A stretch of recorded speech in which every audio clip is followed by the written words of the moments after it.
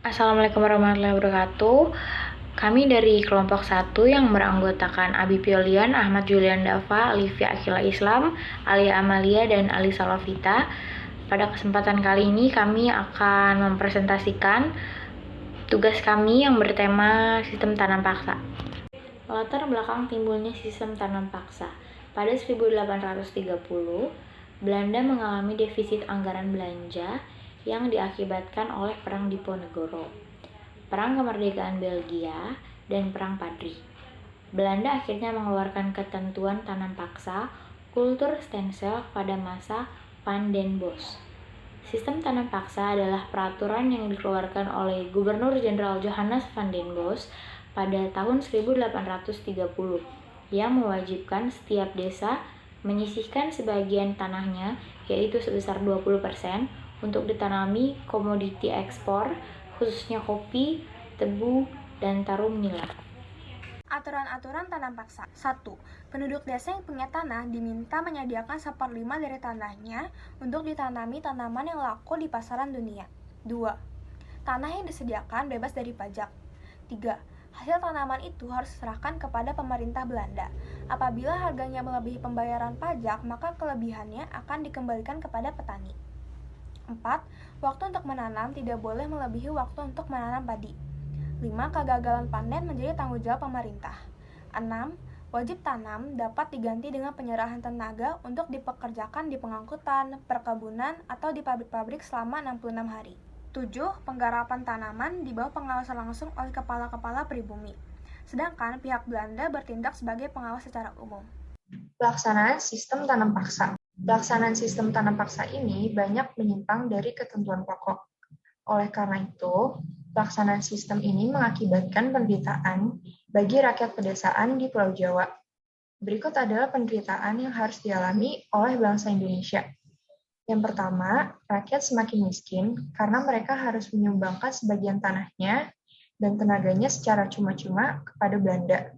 Yang kedua, sawah dan lahan menjadi terlantar karena kerja paksa yang berkepanjangan mengakibatkan penghasilan menurun.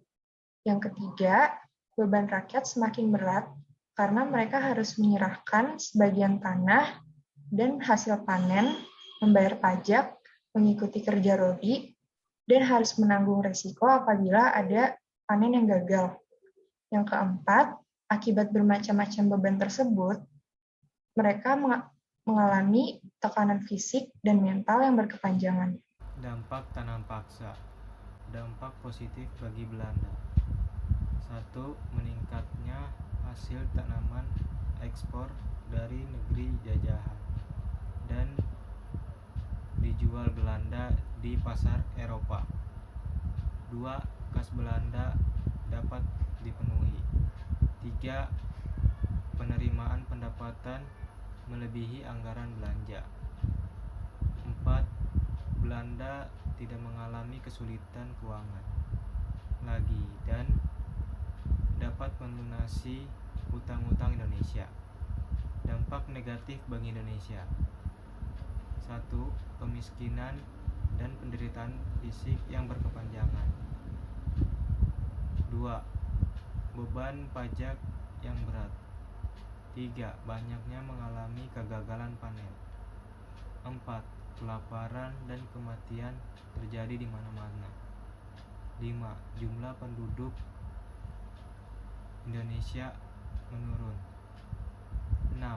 Pemaksaan kerja sewenang-wenang kepada penduduk pribumi.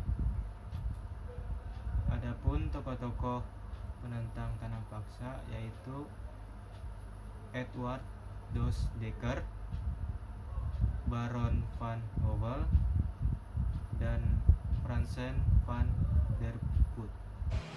Selanjutnya yaitu penghapusan tanam paksa.